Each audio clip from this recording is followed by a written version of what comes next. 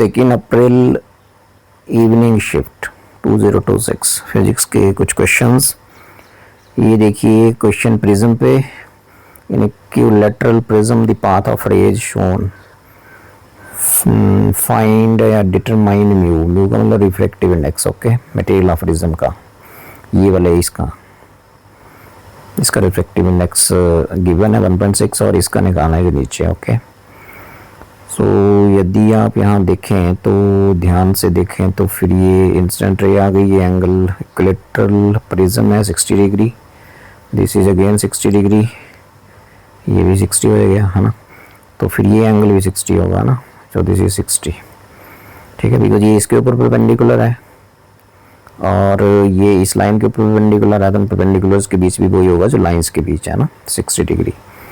और फिर ये रे यहाँ बिल्कुल इस सरफेस को ग्रेज कर रही है, तो स्नेल्स लॉ लगा देते हैं इस पॉइंट पे ना, तो क्या होता है स्नेल्स लॉ, रिफ्रैक्टिव इंडेक्स इस मीडियम का 1.6 साइन ऑफ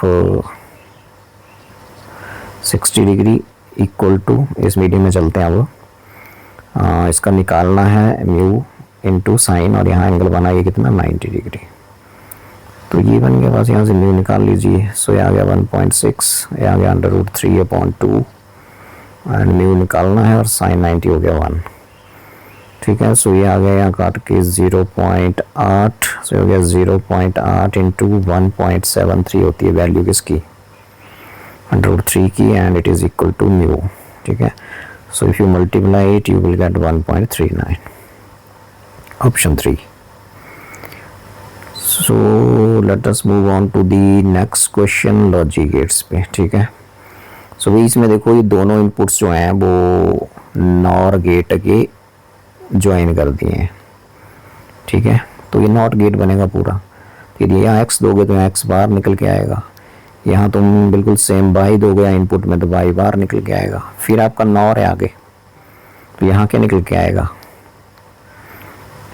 यहाँ निकल कर आएगा, सॉरी ये क्या है, ये कौन है, ये एंड, और बन गया नैंड। नैंड के दोनों इनपुट जब ज्वाइन करते हैं तो आपको मिलता है नॉट गेट, सेम नीचे, ये फिर आगे नैंड है, तो आपको फिर यहाँ क्या मिलेगा, यहाँ मिलेगा, यहाँ इन दोनों का डॉट, ये तो हो गया एंड, और उसका फिर इसको नॉट करो ऐसे और फिर बाहर करो, तो फिर यहाँ क्या मिलेगा,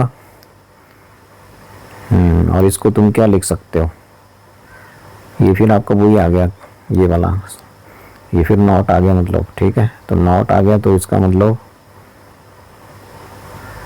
ये आपको बन जाएगा, बिकॉज ये नैंड आ गया ना यहाँ से, यहाँ से फिर नॉट आ गया ये, तो बिकॉज ये एंड है, बिल्कुल ठीक, और एंड हो गया यहाँ तक, फिर नॉट कर दिया, उसके बाद दोबारा नोट कर दिया। सो आपके पास ये बचेगा x बार y बार।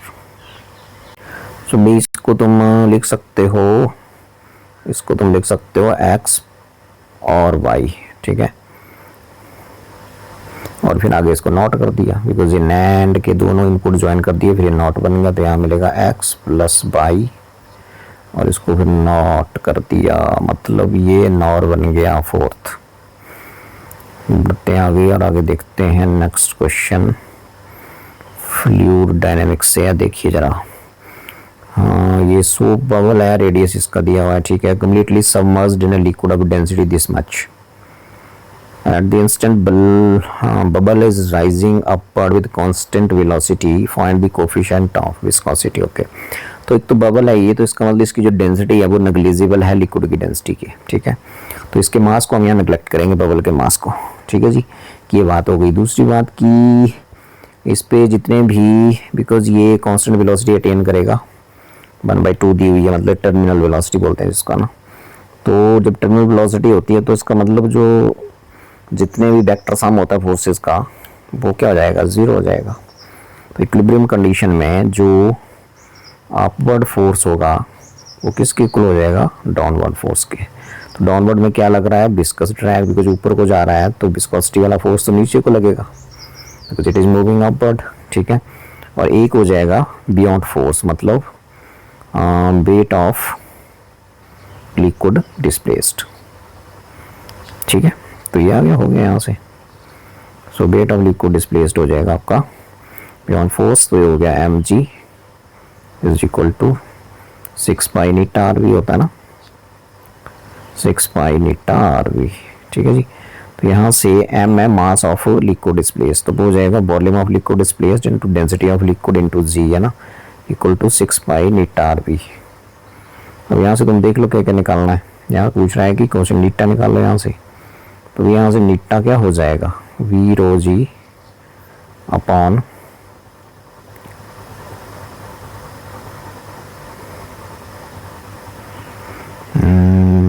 6 पाई आर वी। ये सो ये बबल है, इसका रेडियस बनना है मैं तो बबल एक स्फीयर की तरह होगा, तो इसका मतलब ये वॉल्यूम लिख सकते हो तुम 4/3 पाई आर क्यूब, और आगे डेंसिटी, आगे जी, और नीचे 6 पाई आर वी। अब देखो ना यहाँ से पूछा है रेडियस की जगह क्या लिखोगे, आर इज इक्वल टू है 1 mm, तो आर की जगह लिखोगे 1 × 10⁻³ मीटर। ठीक है, और ये आ गया आपका रेडियस की जगह, और in place of density you will write this 2000। Okay, उसके बाद जी की वैल्यू 10 हो गई, आर की वैल्यू दोबारा आ गई। ठीक है, तो आर तो यहाँ एक कट भी जाएगा। ठीक है, और वी इसने लिखा है हाफ, मतलब 0.5 × 10⁻² लिखोगे तुम वी की जगह मीटर में। ठीक है, तो ये पाई से पाई कैंसिल, एक आर से एक आर ये चला गया। सो अब आपके पास बचेगा ये 2 × 2 = 4, 2 × 3 जाइए, तो ये बचेगा 2/9, ये आ गया, और आगे बचेगा r² रो जी अपॉन आपका बचेगा यहाँ पे v। ठीक है, ये तो ये सारी वैल्यू यहाँ पुट कर देते हैं, आपका आंसर आ जाएगा। r की वैल्यू कितनी लिखनी है, 10⁻³ और ये देगा 10⁻6, डेंसिटी लिक्विड की 2000, g की वैल्यू 10 और v की वैल्यू यहाँ 0.5 × 10⁻², 10⁻² चला गया ऊपर को, बन गया 2। ठीक है जी, सो यदि हम बड़े ध्यान से देखें तो ये आंसर इसका आ जाएगा यहाँ से, ये बन गया आपके पास 1/2, और यदि ये 1/2 है तो फिर ऊपर जाके हो गया 4/9 इंटू, देखो ना यहाँ 10 पावर 1 ए होगी, 2 और 1 3 और यहाँ भी 3 है 6, तो ये खत्म हो गया सारा 2, इसका यहाँ मतलब यहाँ 2 ही बचा। ठीक है, सो यहाँ पे आपका आ जाएगा 8/9 कोएफिशिएंट विस्कोसिटी। ठीक है, 8/9 बिल्कुल ठीक। और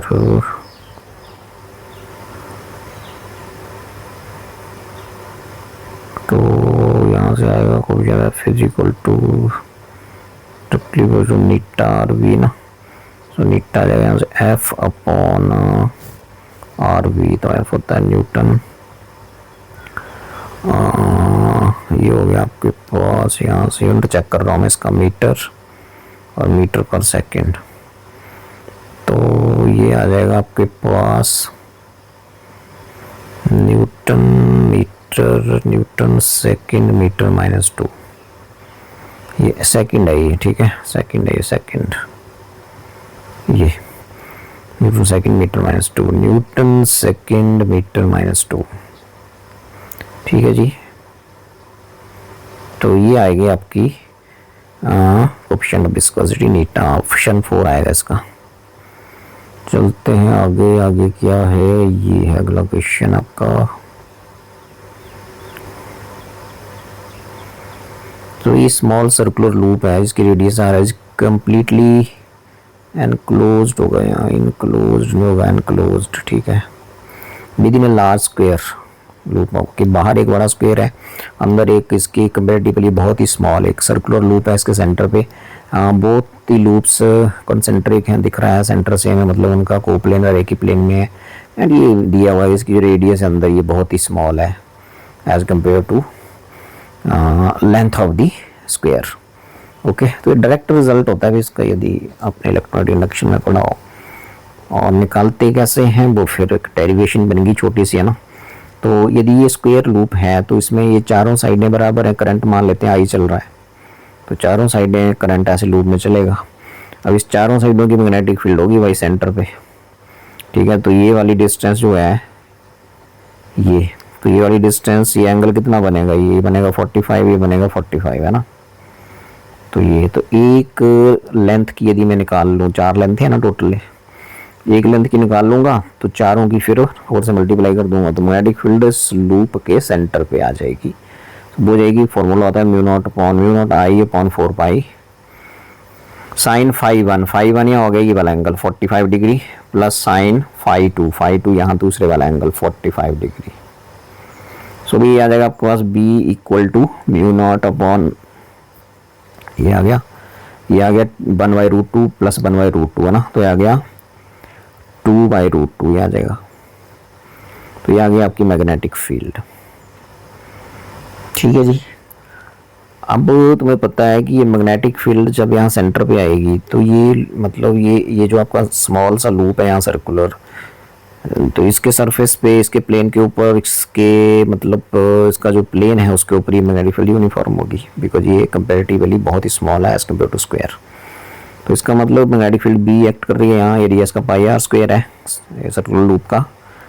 तो फिर फ्लक्स लिंक्ड कितना होगा लूप के साथ, सर्कुलर लूप के साथ, वो हो जाएगा आपका बी ए, मतलब B into pi are square, है ना। और एक फ्लक्स क्या होता है, म्यूचुअल इंडक्टेंस इंटू आई, ये भी होता है। तो इन दोनों को इक्वेट कर देंगे और यहाँ से हम वैल्यू एम की निकाल लेंगे। सो एम आई किसके इक्वल हो जाएगा, ये दोनों इक्वेट हो गए, B into pi are square, है ना। तो यहाँ से एम हो जाएगा आपके पास B pi are square upon क्या भाई आई। अब इस बी की वैल्यू यहाँ पुट कर दो, आंसर आ जाएगा। सो बी की वैल्यू ये है म्यू नॉट आई अपॉन 4 पाई, आई भी है नीचे ये, अंदर ये है 2/√2, ठीक है, इंटू पाई, ठीक है, आर स्क्वायर, ये फिर ये ना बी की वैल्यू पुट कर दी और ये आई से आई कैंसिल, तो आ जाएगा म्यू नॉट अपॉन 4 पाई ये। और तुम इसको लिख सकते हो यहाँ से, पाई से पाई भी कैंसिल, इस 2 को तुम लिख सकते हो √2 इंटू √2 अपॉन √2, तो एक √2 भी कैंसिल हो गया और आगे बचा आर स्क्वायर, लिख दीजिए। सो आपके पास ऑप्शन आ चुका है एम इज इक्वल टू ये वाला option mu naught R square, ये वाला आ गया 2/√2। अच्छा एक चीज़ रह गई कि ये तो एक वायर की निकाली थी ना, तो मैंने बोला था 4 की निकालनी है, तो 4 से 4 वायर्स हैं स्क्वायर में, 4 आर्म्स होते हैं स्क्वायर के, तो चारों की फील्ड सेंटर पे 4 टाइम्स हो जाएगी, ठीक है। सो फिर यहाँ बी की वैल्यू 4 भी था, ठीक है। सो यहाँ से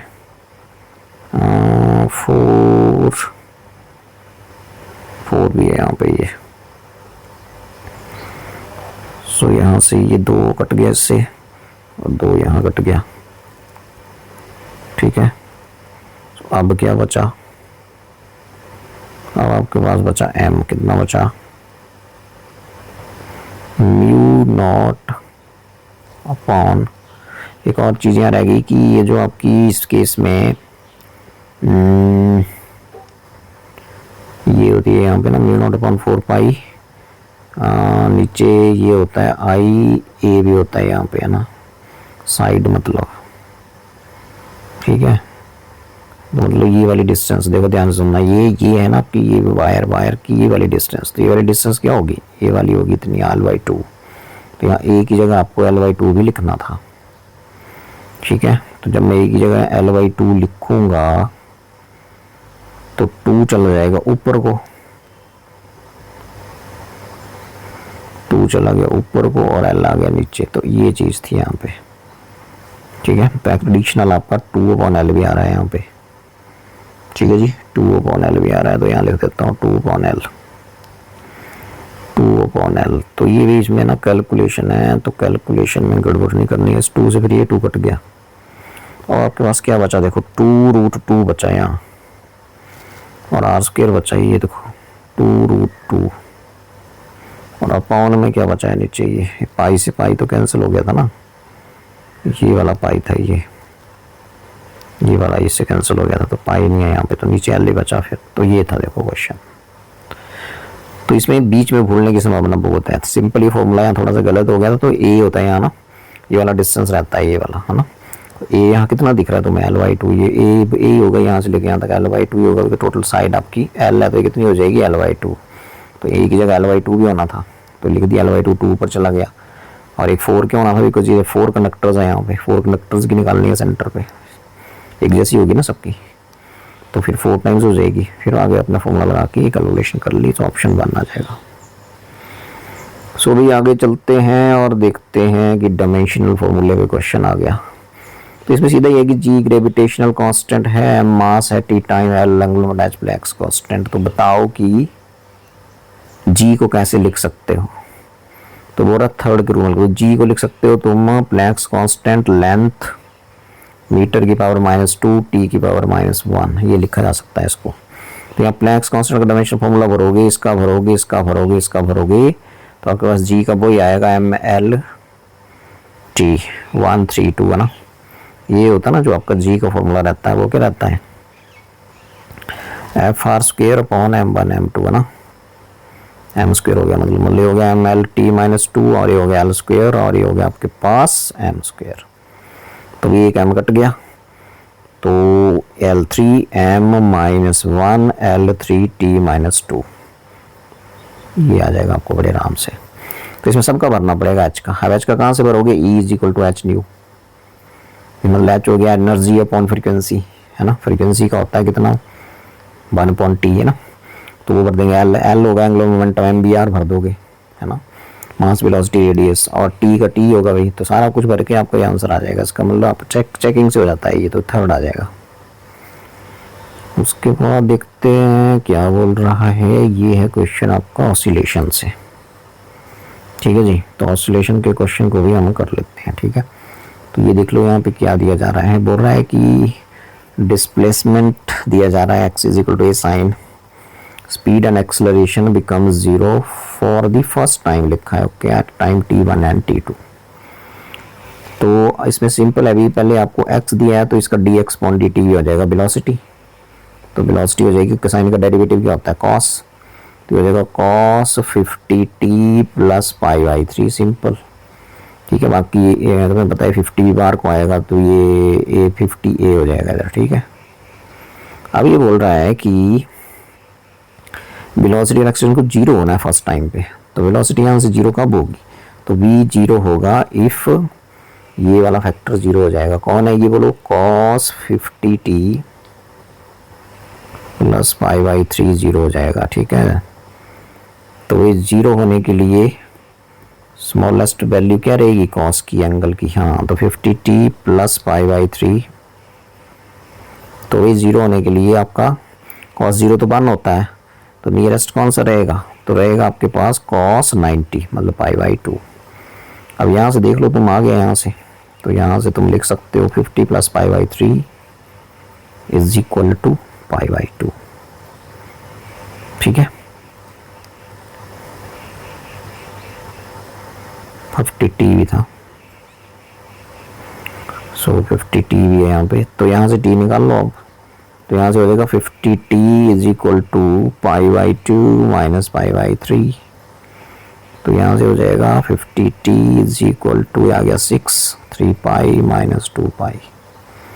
तो t क्या हो जाएगा यहाँ से, ये हो गया π/6 और 50 आ गया नीचे को, तो ये आ गया आपके पास 300 π/300 इतने टाइम के बाद सेकंड्स में।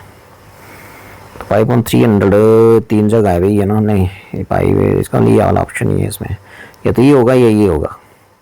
ये वेलोसिटी का ना पहले, तो वेलोसिटी मतलब इतने टाइम के बाद 0 होगी, ठीक है। अब एक्सेलरेशन का देख लो, तो एक्सेलरेशन के लिए आपको इस वेलोसिटी की इक्वेशन को डिफरेंशिएट करना पड़ेगा।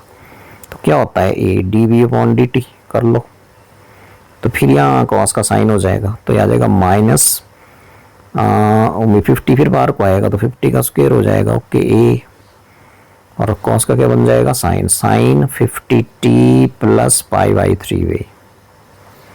ठीक है, अब ये बोल रहा है कि एक्सेलरेशन को क्या होना है, 0। तो ए इज 0 इफ,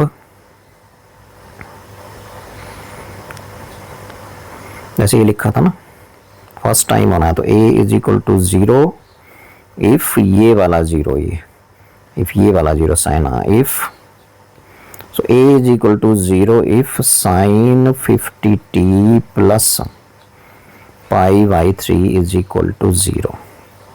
अब पाई बाई 3 या उससे ज़्यादा कौन सा एंगल होता है जिस पे ये 0 आ जाए इधर, तो आप बोलोगे if sin 50t plus pi by 3 आगे की तरफ 180 डिग्री, साइन 180 डिग्री क्या होता है, पाई बाई 3 या उससे बड़ा एंगल लेना है।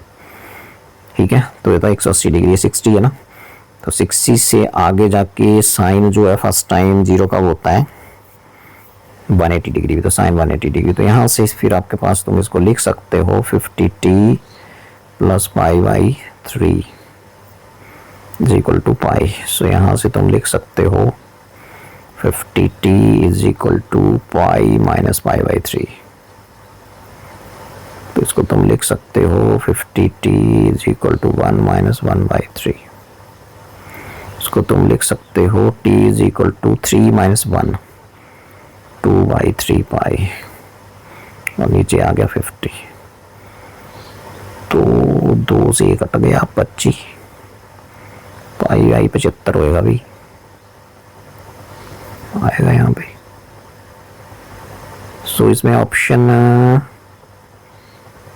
2 बोल रहा है, बिल्कुल ठीक है, देखो 2। तो वेलोसिटी इतने टाइम के बाद 0 होगी, जो लिखा है रेड मैंने, और एक्सेलरेशन जो होगा फर्स्ट टाइम वो इतने टाइम के बाद 0 हो जाएगी। तो सेकंड ऑप्शन होगा इसका। नेक्स्ट देख लेते हैं। सो नेक्स्ट क्वेश्चन में पूछा जा रहा है कि एक बॉल को रिलीज किया गया, रेस्ट से ये दिख रहा है यहाँ से 1 kg बॉल को नीचे की तरफ रिलीज किया गया। Ball comes to rest after moving 10 centimetre, जमीन के नीचे मूव करी बहुत कम 10 centimetre. Find the average force applied by the floor, तो फ्लोर ने कितना फोर्स लगाया होगा। तो भी इसमें पहले तो यहाँ वेलोसिटी ले लो v है ना, just before heating the ground इसकी वेलोसिटी होगी ये, तो ये हो गया देखो यहाँ से 2 इंटू 10 इंटू 10। ठीक है, तो ये हो गया यहाँ से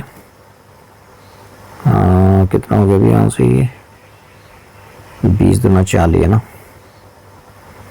सो ये हो गया 2 इंटू, ये हो गया 10 का स्क्वायर अंडर रूट, और ये हो गया 2 अंडर रूट, तो ये हो गया 10 अंडर रूट 2। ठीक है, ये आ गया मीटर पर सेकेंड, ये आ गई वेलोसिटी यहाँ पे। ठीक है, और जब ये फाइनली यहाँ आएगी तो यहाँ तो वेलोसिटी 0 हो जाएगी। फिर आप इक्वेशन लगा दो v square minus u square is equal to 2a, ऐसे ये वाले लगा दो। तो ये फाइनल वेलोसिटी तो यहाँ हो गया 0 का स्क्वायर माइनस इनिशियल ये वाली बन जाएगी 10 रूट 2,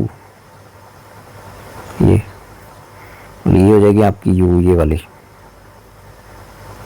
समझे आप मेरी बात।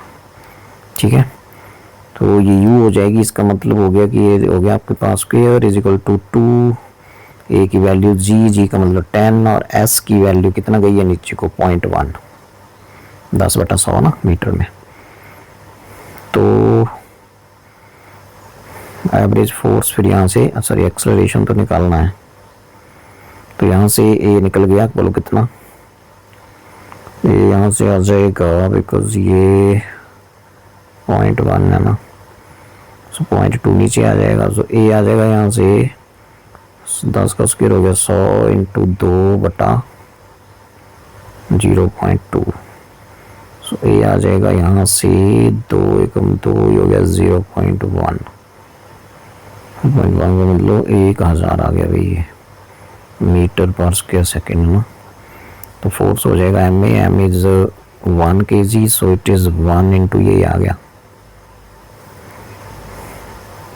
नेगेटिव एक्सेलरेशन होगा ना, retardation force applied by the floor पूछा है। यस, तो अपोजिट डायरेक्शन में होगा, तो यहाँ ए की वैल्यू जब तुम भरोगे तो नेगेटिव आएगा ना, और मैग्नीट्यूड दिया है यहाँ पे, तो इसको आप लिख सकते हो एफ मैग्नीट्यूड में आपका आ जाएगा 1000 Newton. I think second option रहेगा।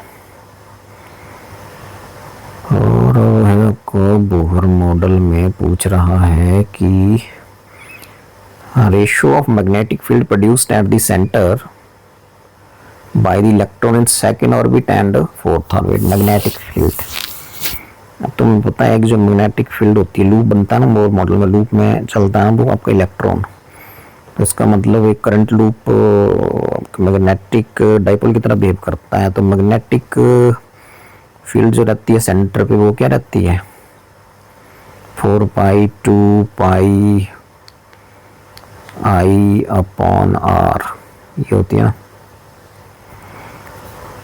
मेरा यहाँ वेरिएशन लेने का मतलब है कि आई अपॉन आर से वेरी करता है ना, और आई जो होता है लूप में वो क्या होता है, Q upon T, total charge electron भाग रहा तो ई अपॉन टी हो गया, और टी क्या होता है 2 पाई आर अपॉन वी होता है, ठीक है। तो ये हो गया E V upon 2 pi R, ठीक है जी।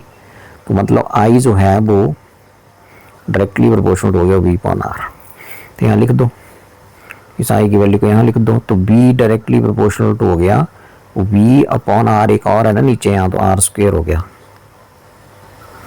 तो ये हो गया भाई।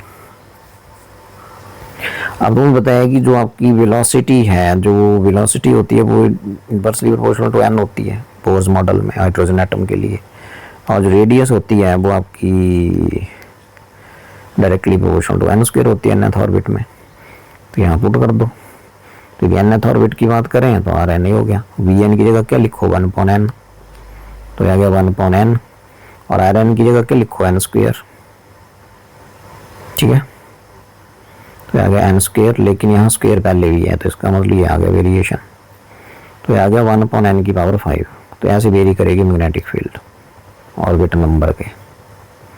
अब दूसरे और चौथे का रेशियो निकालना है ना, यस। सो B2 अपॉन B4 क्या हो जाएगा यहाँ से, इज इक्वल टू एन, हाँ N1 N2 कर लो ना, तो ये हो जाएगा N1 अपॉन N2, और N1 मतलब 2, ठीक है, दूसरा ऑर्बिट, और N2 मतलब फोर्थ ऑर्बिट ये, और उसकी पावर कितनी है 5, ये मेन चीज है 5 पावर है। तो वही आ गया 1/2, 1/2 की पावर 5, 1/32। तीसरा आ रहा है सेकंड ऑर्बिट का रेशो, आई की वैल्यू क्या थी, बिल्कुल ठीक V अपॉन आर थी, V का वेरिएशन कैसे था 1/n/5, बिल्कुल ठीक है। दूसरे की बटे चौथे की क्या होगी, ऑर्बिट नंबर दूसरे का मतलब, और सॉरी यहाँ 2 होगा, दूसरा वाला पहले, अगले वाला पहले, और ये सो यहाँ हो जाएगा 4, दूसरा ऑर्बिट यहाँ 4th है ना, 4/2, तो ये हो जाएगा आपके पास 32, थर्ड ऑप्शन। सो यदि हम आगे देखें तो ये क्वेश्चन जो है ये है आपका उसका सीरीज आरएलसी सर्किट का। तो ये पूछ रहा है यहाँ पे कि ओनली स्विच S1 को क्लोज करोगे तो क्या हुआ, देन फेज डिफरेंस 30 डिग्री है, S2 को क्लोज करोगे तो फेज डिफरेंस 60 डिग्री है, तो करंट लैग कर रहा है, करंट लैग कर रहा है, तो ये प्रीडोमिनेंटली ये सर्किट जो है वो इंडक्टिव है ना, क्योंकि इंडक्टर में होता है ऐसा ना, इंडक्टिव सर्किट हुआ, फिर ये इंडक्टर, इसमें इंडक्टर मतलब जो रेजिस्टेंस उसका वो ज़्यादा है, और इंडक्टिव रिएक्टेंस ज़्यादा है ना, ऐसे समझो। तो अब यहाँ देख लो, जब तुम इसको क्लोज करोगे तो फेज डिफरेंस, अब फेज डिफरेंस का फॉर्मूला आपको पता है, tan phi is equal to ज़्यादा वाला इंडक्टेंस, तो इंडक्टर यहाँ डोमिनेट कर रहा है, तो XL माइनस XC अपॉन क्या होता है R होता है ना। तो यहाँ XL कितना है tan phi, phi कितना है 30 डिग्री, ठीक है।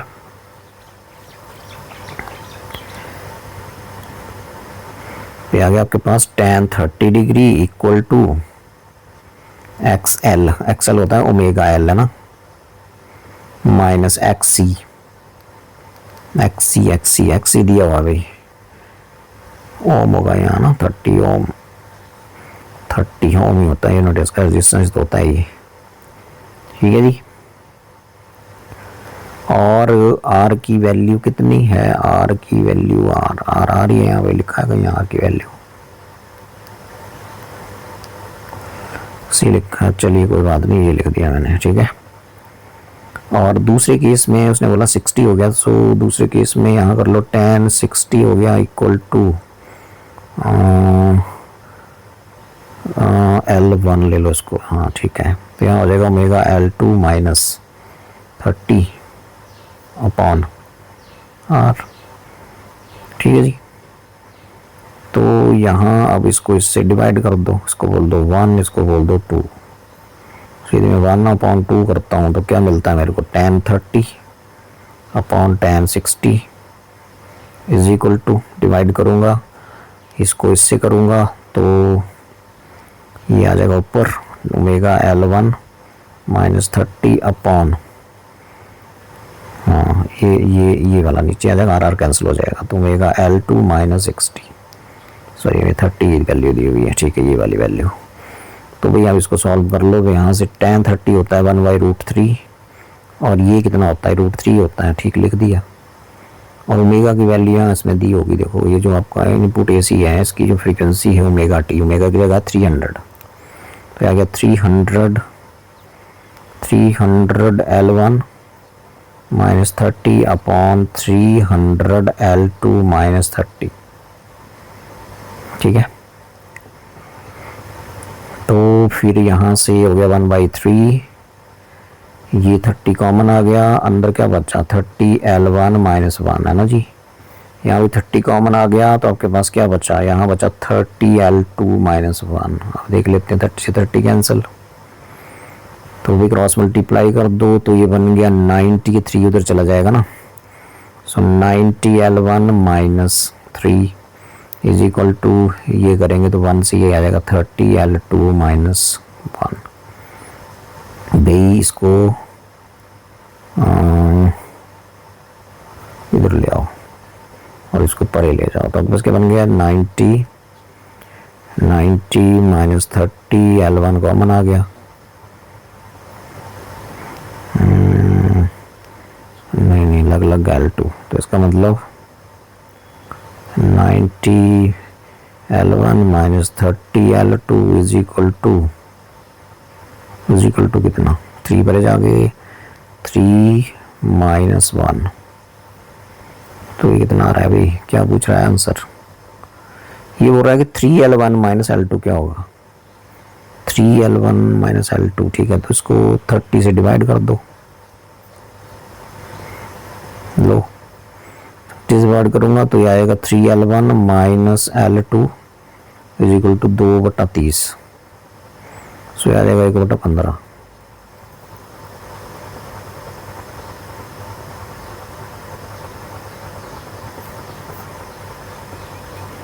ठीक है।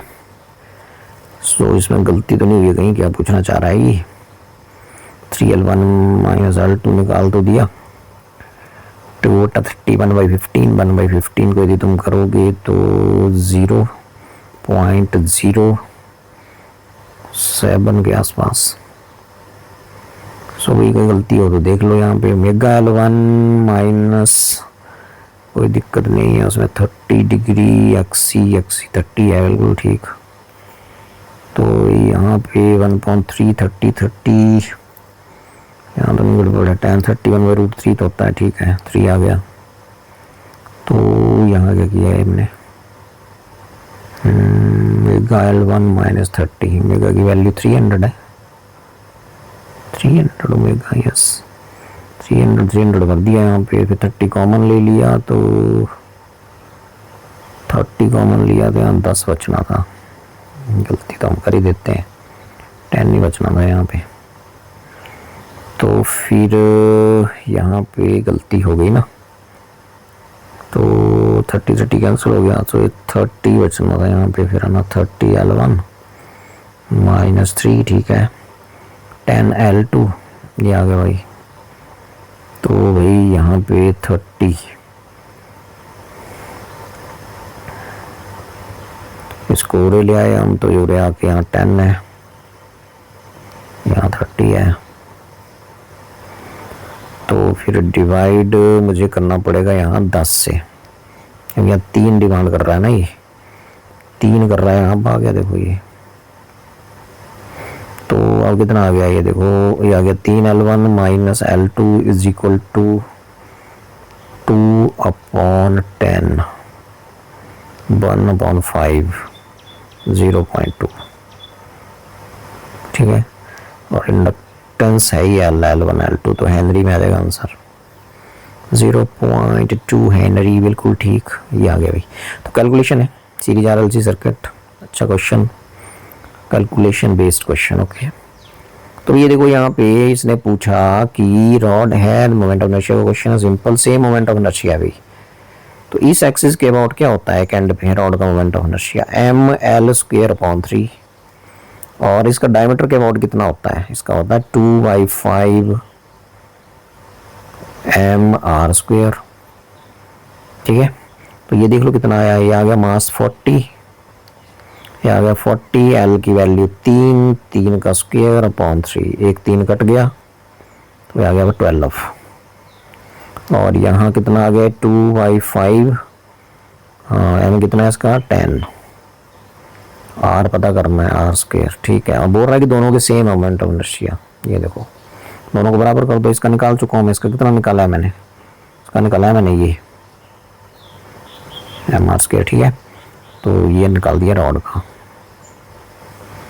तो ये आपका आ गया स्फीयर का, I2 बोल दो इसको, I1 बोल दो।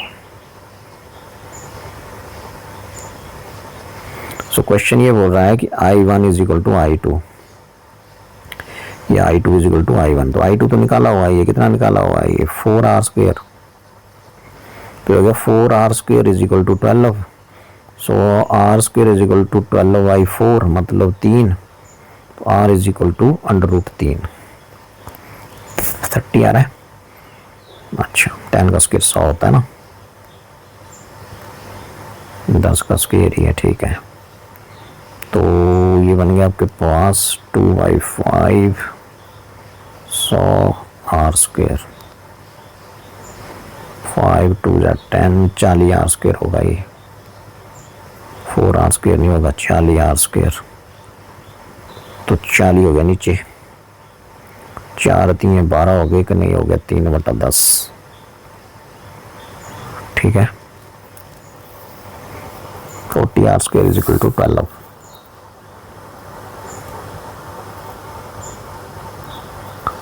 हाँ 2/5 5 2 40 R² बिल्कुल ठीक है, mL²/3 mL²/3, 3 से कट गया 4 3 12, ये भी ठीक है। 40 R² इज इक्वल टू 12, तो R² इज इक्वल टू 12 140, 3/10। सो इसका ऑप्शन दे रहा है find the radius of sphere √30।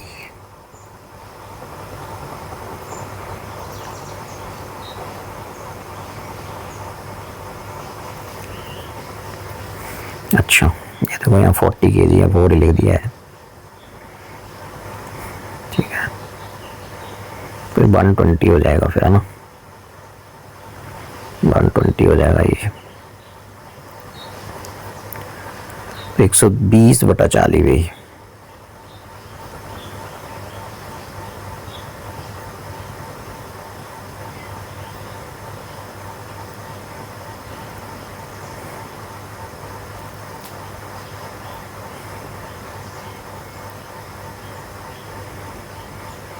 एक 120 बिल्कुल ठीक, 2/5 mR², 2/5 mR², तो m यहाँ स्क्वायर कर दिया, देखो फिर गलती हो रही है कैलकुलेशन में हो यहाँ m की वैल्यू 10 ही तो है, ये देखो जल्दी के चक्कर में ना 4R² आ जाएगा, ये पहले 4 ही था भाई। R² इज इक्वल टू 120/4, तो R is equal to √30 metre. गलतियां कर रहे हैं हम ना, सेकेंड ऑप्शन आएगा इसका आंसर 2। ठीक है, दोनों के मोमेंट ऑफ इनर्शिया आपको फॉर्मूले पता होने चाहिए। ये रॉड का हो गया अबाउट वन एंड, ये हो गया अबाउट डायमीटर स्फीयर का, ये दोनों इक्वल दिए हुए हैं, बस एम एल दिया हुआ है यहाँ पे और यहाँ पे आर मिसिंग है, तो आर निकालना है यहाँ से। ठीक है, मोमेंट ऑफ इनर्शिया को बराबर करके। So according to question I2 is equal to I1। ठीक है जी, तो ये गलतियाँ हो रही हैं भाई, इसका मतलब अगला क्वेश्चन थोड़ा टफ है और गलती होने की संभावना है। Let us check. तो find the displacement of CM centre of mass after 2 seconds. Okay, तो इक्वेशन ये बोलती है कि ये ज़्यादा वाले की तरफ नीचे को आएगा, तो टेंशन की डायरेक्शन ही हो जाएगी, है ना, और नीचे को तो एक्सेलरेशन नीचे को ही होगी, और इसकी एक्सेलरेशन टेंशन इसकी आगे ही होगी और एक्सेलरेशन इसकी ऊपर को होगी। तो तुम्हें पता है ये सिस्टम में यदि ये नीचे की तरफ आएगा ना, तो आपको पता है एक्सेलरेशन का फॉर्मूला क्या होता है, difference of masses 2 - 1 over sum of masses 2 + 1 × g। तो दिस इज योर एक्सेलरेशन। तो ए आ गया यहाँ से g/3, पहली बात ये। अब बिकॉज जो नीचे को सिस्टम आ रहा है उसको हमने, उसकी एक्सेलरेशन हमें पॉजिटिव ले लेनी है। ठीक है, तो 2 kg मास का एक्सेलरेशन कितना हुआ, है ना, फॉर 2 kg मास एक्सेलरेशन जो होगा वो A1 हम ले लेंगे नीचे को पॉजिटिव, ये वाला नीचे को आएगा, उसको मैं पॉजिटिव ले रहा हूँ, तो इसका मतलब आ गया पॉजिटिव g/3 एंड फॉर ये क्योंकि ऊपर को जा रहा है, तो ये फॉर 1 kg मास, फिर एक्सेलरेशन क्या हो जाएगी उसके अपोजिट, मतलब A2 बोल दूंगा मैं, तो -g/3। पहली बात ये। अब तुम्हें पता है कि एक्सेलर displacement of centre of mass निकालना है, तो पहले मेरे को एक्सेलरेशन निकालना पड़ेगा सेंटर ऑफ मास का। वो क्या फॉर्मूला होता है, m1a1 है ना, m1a1 + m2a2 upon some of masses.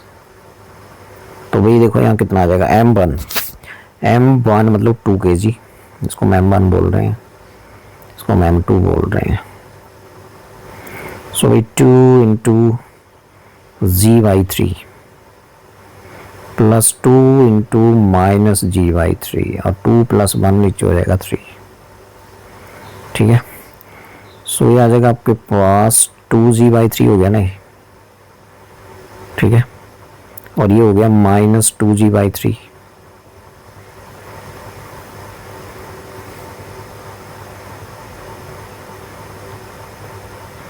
ठीक है, सो सेंटर ऑफ मास की यदि हमने एक्सेलरेशन निकालनी है, तो यहाँ देखो ना, फिर गलती कर रहा हूँ, m2 तो आपका 1 है, तो ये आ गया -g/3, है ना, तो फिर यहाँ से ये 1/3 बाहर लिख देता हूँ, ये वाला। तो इसको यदि मैं सॉल्व करता हूँ तो फिर यहाँ से मेरे पास ACM आ जाएगा, ये 3 को मैं बाहर ले लूँ तो हो गया 1/9, 2g में से g गया g, तो ये आ गया g/9। ठीक है जी, तो एक्सेलरेशन CM का पता लग गया। अभी पूछ क्या रहा है, डिस्प्लेसमेंट आफ्टर 2 सेकेंड्स, तो फिर S = ½ ACM लगा दो, t² है ना, तो भी ये आ गया आपके पास ½ × g/9 × t, कितने सेकंड्स, 2 सेकंड्स, 2 का स्क्वायर, तो भाई यहाँ से एक 2 तो कट गया, तो ये g है, तो ये आ गया आपके पास 10 × 2/9, 20/9 आ जाएगा भाई, मीटर/सेकंड, है ना, आ जाएगा मीटर/सेकंड, लिखना यहाँ जरूरी है, ऑप्शन 1। तो यही था, तो ये एटवीडो मशीन है, वहाँ से एक्सेलरेशन तुम्हें पता ही है, फॉर्मूला को डिफरेंस नीचे सम × g। फिर यहाँ मेन था कि जो नीचे की तरफ आ रहा है उसकी एक्सेलरेशन मैंने पॉजिटिव ले ली, तो 1 kg वहाँ से ऊपर को जा रहा है, उसकी नेगेटिव हो जाएगी। फिर अब एक्सेलरेशन CM का क्या फॉर्मूला होता है, ये होता है m1a1 + m2a2। ठीक है, तो upon m1 + m2 put the values and acceleration CM का ये निकल गया, उसकी वैल्यू यहाँ भर दो, आपके पास ये आंसर आ जाएगा। अब देखते हैं ये क्वेश्चन, ये तो रिपीट हो गया दोबारा।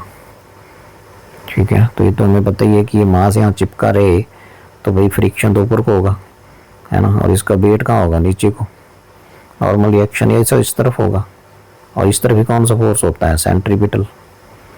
तो यदि ये चिपका रहे तो F should be greater than और इक्वल टू mg, पहले भी किया हमने। फ्रिक्शन फोर्स होता है μr, should be greater than equal to M G. अब आर जो है इसमें नॉर्मल रिएक्शन सेंट्रीपिटल फोर्स का सोर्स है। सेंट्रीपिटल फोर्स का सोर्स कौन है? Normal reaction. तो इसका मतलब म्यू हो गया एम आर ओमेगा स्क्वायर हो गया, सेंट्रीपिटल फोर्स का सोर्स है। R is equal to M R omega square greater than और equal to M G. M से एम कट गया तो म्यू यहाँ से ग्रेटर देन और equal to G upon R omega square.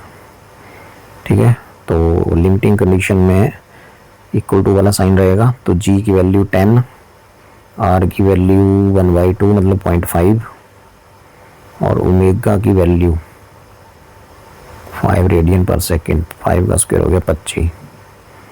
तो भाई ये 5 दूनी 10 हो गया, 5 5 25 हो गया। तो भाई ये म्यू ग्रेटर देन और इक्वल टू कितना हो गया? ये 2 4/5 हो गया भाई। तो लिमिटिंग कंडीशन में इक्वल टू वाला साइन ले लो 4/5। ठीक है, तो इसमें ये पूछ रहा था कि मास जो है सिलेंडर के साथ rotating along with cylinder radius इतना, find the minimum value of friction coefficient निकालो कि मिनिमम वैल्यू म्यू निकालो कि जो मास है ये स्लिप ना करे। तो इसका फ्री बॉडी डायग्राम एफबीडी बनाने के बाद हमने देखा कि फ्रिक्शन ज़्यादा होना चाहिए या लिमिटिंग कंडीशन में इक्वल होना चाहिए इसके वेट के, और इसमें नॉर्मल रिएक्शन लगेगा इस तरफ और इस तरफ ही लगेगा इसको सेंट्रीपिटल फोर्स। तो सेंट्रीपिटल फोर्स का सोर्स कौन हुआ? Normal reaction. क्या फॉर्मूला होता है सेंट्रीपिटल फोर्स का? M R omega square. Solve it. So ये आया एक और क्वेश्चन। इसमें बोल रहा है कि ball of mass 1 kg and charge. Okay, ये है चार्ज भी दिया हुआ इसके ऊपर, Q is equal to 9 into 10⁻⁻9 coulomb. Okay, is in equilibrium between 2 parallel plates. तो इक्विलिब्रियम में है तो फिर भी यहाँ पे क्या हुआ होगा? यहाँ पे हुआ होगा कि ये जो इसका वेट है ये नीचे की तरफ लगा होगा और इसके अपोजिट आपका इलेक्ट्रिक फील्ड वाला फोर्स आया होगा QE ये। तो इसका मतलब ये हो गया कि QE is equal to equilibrium condition में mg के इक्वल होगा और Q इलेक्ट्रिक फील्ड क्या होती है? पोटेंशियल डिफरेंस अपॉन ये लेंथ 12 है ना। ये बन गया फॉर्मूला। यहाँ से पूछा क्या है? Potential difference. तो V क्या बन गया यहाँ से? mgl upon Q। अब m कितना है? 1, Q कितना है? 9 इंटू 10⁻⁻9 और ये कितना है? 12/100 मीटर में। और नीचे G लिख दिया यार, क्या करता है? इधर देखो, G की वैल्यू 10 और Q की वैल्यू है 9 नैनो कूलम। ये आ गया आंसर भाई।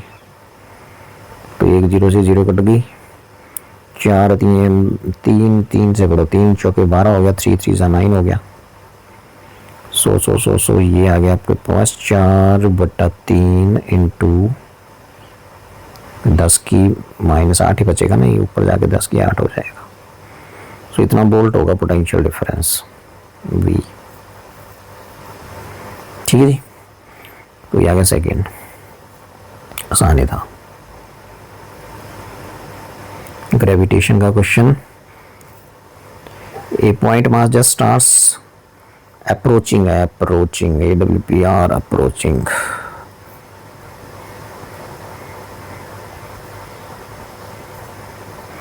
अर्थ फ्रॉम द लार्ज डिस्टेंस, मतलब इनफाइनाइट डिस्टेंस से आ रहा है। ठीक है, speed of impact of mass to the planet surface कितनी होगी?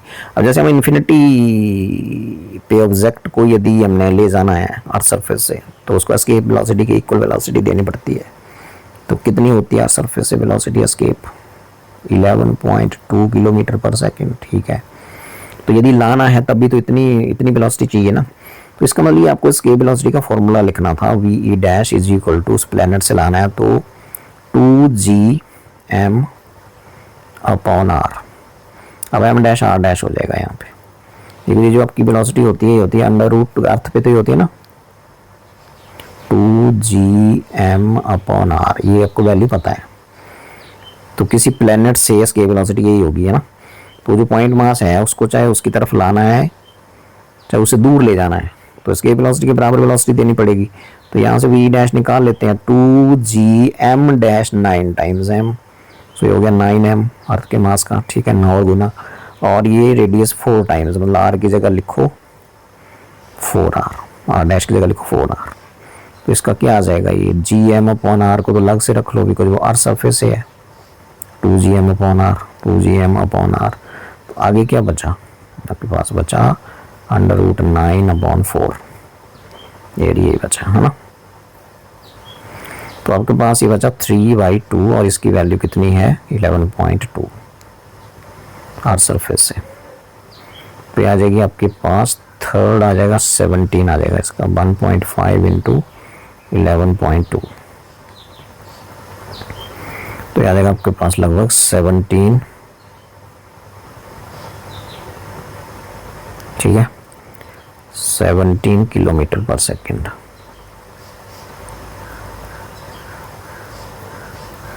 Third option. तो यही था भाई, सिंपल सा था ये।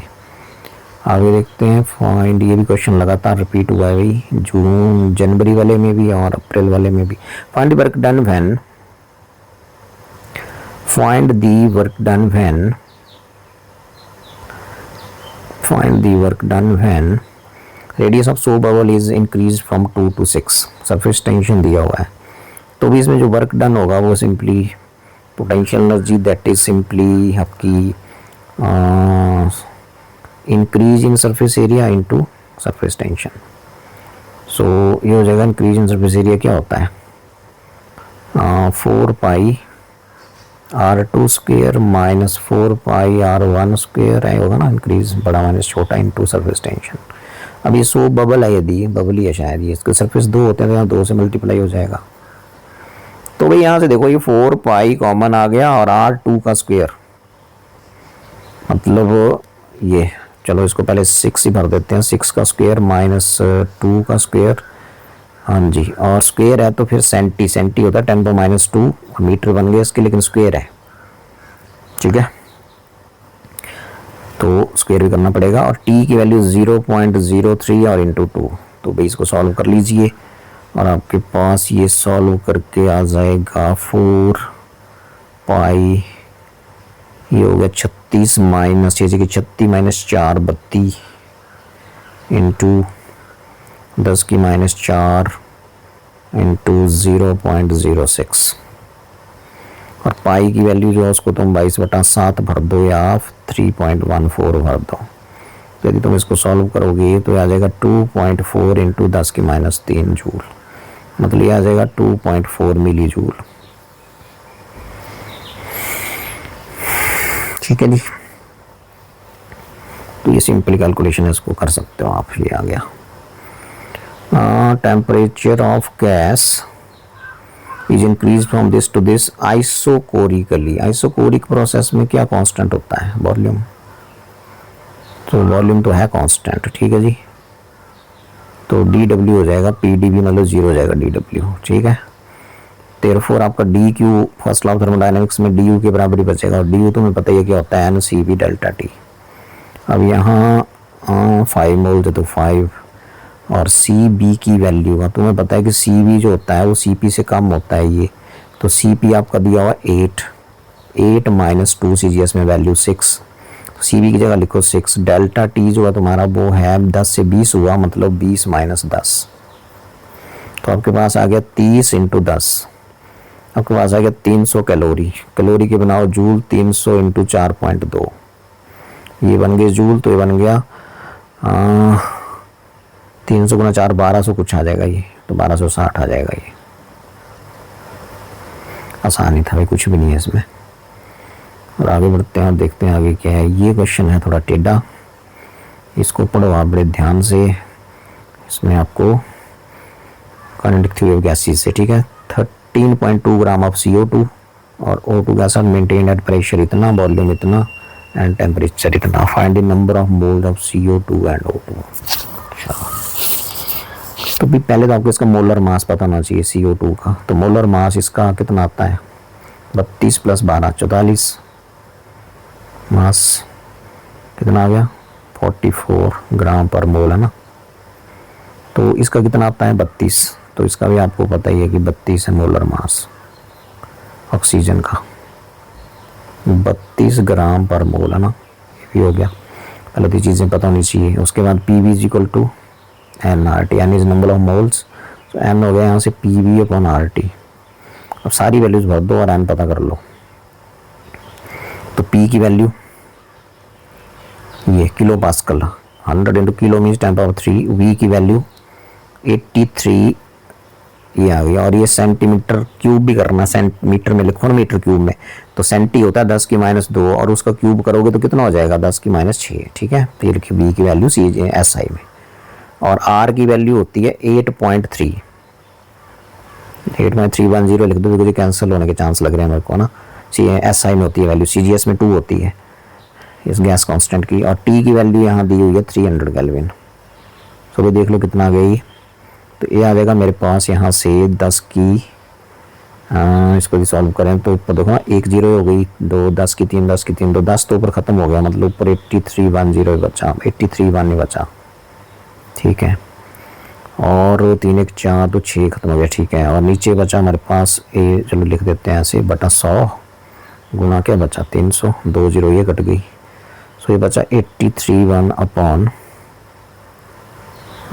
80 ये इंटू 3।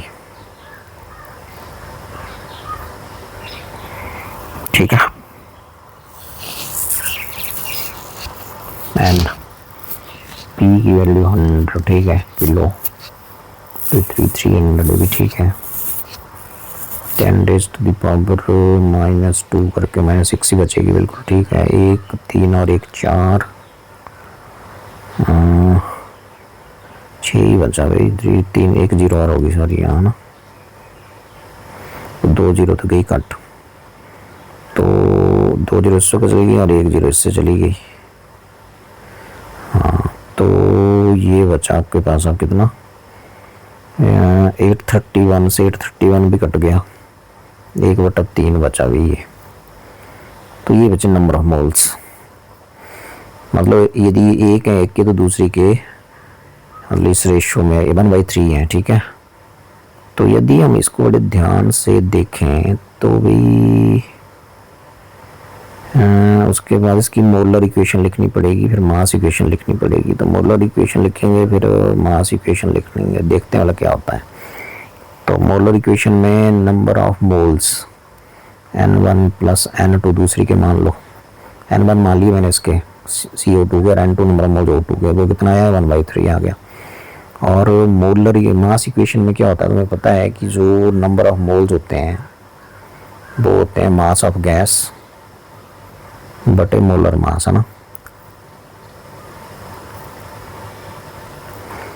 तो मास ऑफ गैस क्या हो जाएगा यहाँ से, number of moles multiplied by molar mass. So number of moles पहले क्या N1 और मोलर मास कितना था, या मोलर मास को पहले बोल दो, ये मास ऑफ गैस हो जाएगा molar mass into number of moles. Molar mass इसका कितना है 44, तो हो जाएगा 44 N1 प्लस दूसरी का कितना है 32 N2, ये आ गया। और फिर मास जो टोटल कितना गिवन है मिक्सचर का 13.2। तो ये बन गई आपकी इक्वेशन। ठीक है जी, अब आप यहाँ से N2 की वैल्यू निकालो और उस N2 की वैल्यू को यहाँ भरो, वहाँ से N1 की आ जाएगी, फिर N1 की वैल्यू को दोबारा यहाँ भरो, इक्वेशन बन गई। अभी सिंपल सॉल्व करना है, तो यहाँ से इन दोनों इक्वेशनों को सॉल्व करोगे तो N1 आ जाएगा आपके पास 10.1.9/9। ठीक है, एंड N2 आ जाएगा आपके पास 1.1/9। दूसरा ऑप्शन ये चेक करके तुम देख सकते हो, ये दोनों वैल्यूज भरो, ये सेटिस्फाई हो रही है इक्वेशन, ये भी सेटिस्फाई हो रही है, जिससे भी सेटिस्फाई होगी इनमें से किसी से भी, तो फिर वो वाला ऑप्शन हो जाएगा। दूसरा ये अभी हीट एंड ट्रायल मेथड से फटाफट कर सकते हो। ठीक है, ये इसको सॉल्व कर सकते हैं। मैं बताया यहाँ से N2 की वैल्यू निकाल के यहाँ पुट कर दो, तो यहाँ से N1 नहीं बचेगा, फिर N1 की वैल्यू आ जाएगी, वही आएगी। फिर से N1 की वैल्यू को यहाँ पुट कर दो, फिर N2 की आ जाएगी, वही वैल्यूज आ जाएंगी। और ये दोनों वैल्यूज जो इन दोनों इक्वेशन को सेटिस्फाई करेंगी, तो ऑप्शन 2 आ जाएगा इसका ये। तो अब देखते हैं 2 पॉइंट चार्जेस, ये लग रहा है क्वेश्चन गॉसेस थ्योरम पे। अभी इसमें क्या है कि एक नंबर लाइन बना लो पहले, x = 2 = 4 पे चार्ज रखे हैं। ठीक है, ये नंबर लाइन बना लेते हैं ऐसे। तो भाई ये आ गया 0 और आगे है ये आ गया आपके गैप के ऊपर 2 4 ले लो। ठीक है, हाँ चलिए 1 2 3 4 5 ये ले लिया हमने ना। तो ये आगे लिख दिया मैंने, लो जी। अब कुछ बोल रहा है, या बोल रहा है कि आपने चार्ज रखा है x = 2 पे 8 माइक्रोकूलम, तो यहाँ रखा है 8 माइक्रोकूलम। ठीक है, प्लस है और ठीक है। दूसरी आपने 4 पे रखा है -2, यहाँ रखा है -2 माइक्रोकूलम। फिर बोल रहा है दो स्फेरिकल गॉसियन सरफेसेस निकल रहे हैं जिनका सेंटर ओरिजिन पे है और रेडियस 3 मीटर और दूसरे की 5 मीटर। ठीक है, तो एक ये निकला ऐसे, ये ठीक है, और दूसरा जो है वो फिर ये निकला 5 से ये, तो ये गॉसियन सरफेस निकल रहे हैं दो। ठीक है, तो इसको मैं थोड़ा सा यहाँ कर देता हूँ अंदर को, ये ऐसे निकल रहा था ना, ये तीन है यहाँ पे, और ये वाला निकल रहा है 5 से, उसको थोड़ा सा आगे कर देते हैं। ये अब यहाँ देख लो तुम क्या है, ये गॉसियन सरफेस S1 है और ये S2 है। ठीक है, तो बोला electric flux to S1 and S2 φ1 φ2। इस सरफेस से φ1 है, तो गॉसियस क्या बोलते हैं कि ये सरफेस कितना चार्ज एनक्लोज कर रहा है, 8 माइक्रोकूलम। ठीक है, तो फिर फ्लक्स क्या हो जाएगा φ1, तो इससे फ्लक्स हो जाएगा जितना चार्ज एनक्लोज कर रहा है 8 microcoulomb divided by epsilon not, ये हो गया बिल्कुल ठीक। और दूसरा जो चार्ज एनक्लोज कर रहा है, जो यहाँ से गुजर रहा है, वो कर रहा है φ2, ये लिखा है देखो, तो φ2 कितना हो जाएगा, तो इसके अंदर अब जो टोटल चार्ज क्या दिख रहा है, देखो जरा बाहर वाला सरफेस जो यहाँ 5 से निकल रहा है, इसके अंदर क्या चार्ज दिख रहा है आपको, ये जो सरफेस है, ये जो यहाँ दिख रहा है, तो इसके ऊपर जो चार्ज मुझे दिख रहा है वो दिख रहा है इसके अंदर 8 माइक्रोकूलम, और ये भी इसके अंदर ये -2 माइक्रोकूलम, तो ये हो गया 8 - 2 नेट चार्ज हो गया ना इसके अंदर, 8 - 2 है ना, ये पॉजिटिव है दूसरा नेगेटिव है, माइक्रो, ये लिख दिया माइक्रो अपॉन एप्सिलॉन नॉट, ये हो गया। अभी पूछ रहा है कि 3 φ1 अपॉन φ2 निकालो, सो 3 φ1 अपॉन φ2 क्या हो जाएगा, 3 φ1 कितना है 8 माइक्रो बटा एप्सिलॉन नॉट, और दूसरा कितना है 6 माइक्रो है ना, 6 माइक्रो अपॉन एप्सिलॉन नॉट, तो हो जाएगा 6 माइक्रो अपॉन एप्सिलॉन नॉट। तो इसको देख लो सॉल्व करके कितना आता है, दैट इज इक्वल टू, ये आ गया 24 माइक्रो और डिवाइडेड बाई 6 माइक्रो है ना, ये एप्सिलॉन और एप्सिलॉन कट गया, तो ये आ गया 4। Yes, answer is 4। तो इट्स वेरी सिंपल। और ये है क्वेश्चन, इसको भी देख लेते हैं। ये बोल रहा है कि डीसी सर्किट में ये बल्ब लगा यहाँ पे, और एक बल्ब की जो वोल्टेज है वो है 100 वाट का बल्ब है, तो यहाँ से तुम्हें पता है कि इसका रेजिस्टेंस क्या होगा, V² अपॉन P, तो V² कितना है इसका 200 का स्क्वायर, 200 × 200, पावर है इसकी 100, तो भाई ये कट गया, तो इसका 400 ओम रेजिस्टेंस होगा, तो ये 400 ओम पैरेलल में आ गए, तो रेड्यूस फिगर क्या बन गया, ये बन गया तुम्हारा ये 100 वोल्टेज का है, और ये बन गया ऐसे एक, और यहाँ से ऐसे, और फिर यहाँ से ऐसे ऐसे, और यहाँ एक वोल्ट मीटर लगा हुआ है ऐसे, और फिर ऐसे। ठीक है, पॉजिटिव नेगेटिव, और देखो ना ये जो बल्ब है इसका रेजिस्टेंस कितना आ गया, अभी निकाला मैंने 400 ओम, और यहाँ एक 400 ओम का एक और रेजिस्टेंस लगा हुआ है, तो वोल्ट मीटर के अक्रॉस जो पोटेंशियल डिफरेंस होगा, हाँ ये 400 कैसे हो गए, पैरेलल में हो गए, तो पैरेलल में इन दोनों के क्रॉस आधा हो जाएगा, एक जैसे पैरेलल में हो तो हाफ हो जाता है, तो इसका रिड्यूस फिगर ये बन गया, देखो ये बन गया, देखो ये हो गया तुम्हारा 100 वोल्ट, और ये बन गया तुम्हारा 200, और ये भी तुम्हारा बन गया 200 ओम, तो फिर ये ठीक है।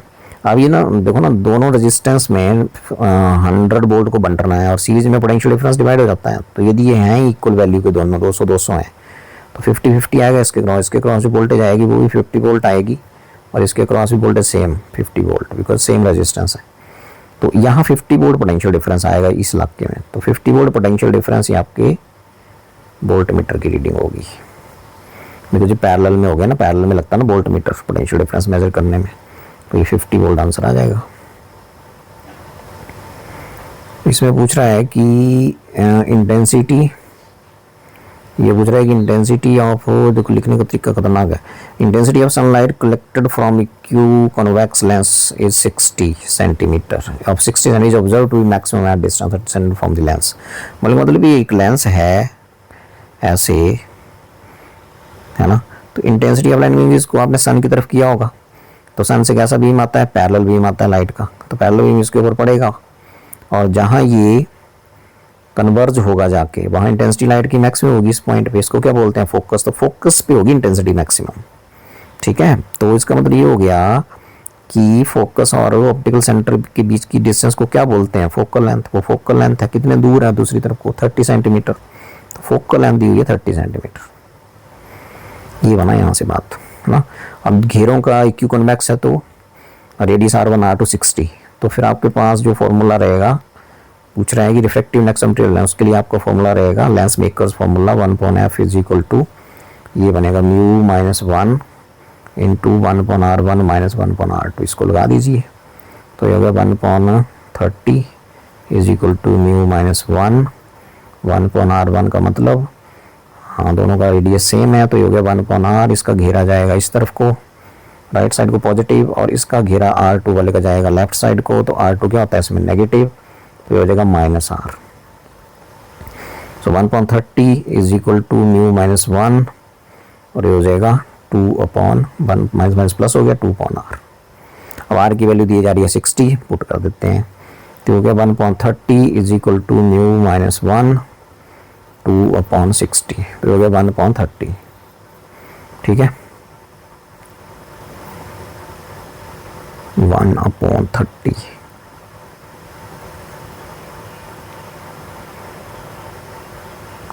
तो ये 1/30 कट गया, इधर बचा mu is equal to this, इसको ले जाओ परे को, तो म्यू हो गया यहाँ से 1 + 1 दैट इज इक्वल टू 2, तो इसका रिफ्रैक्टिव इंडेक्स आ जाएगा मटेरियल ऑफ लेंस का 2।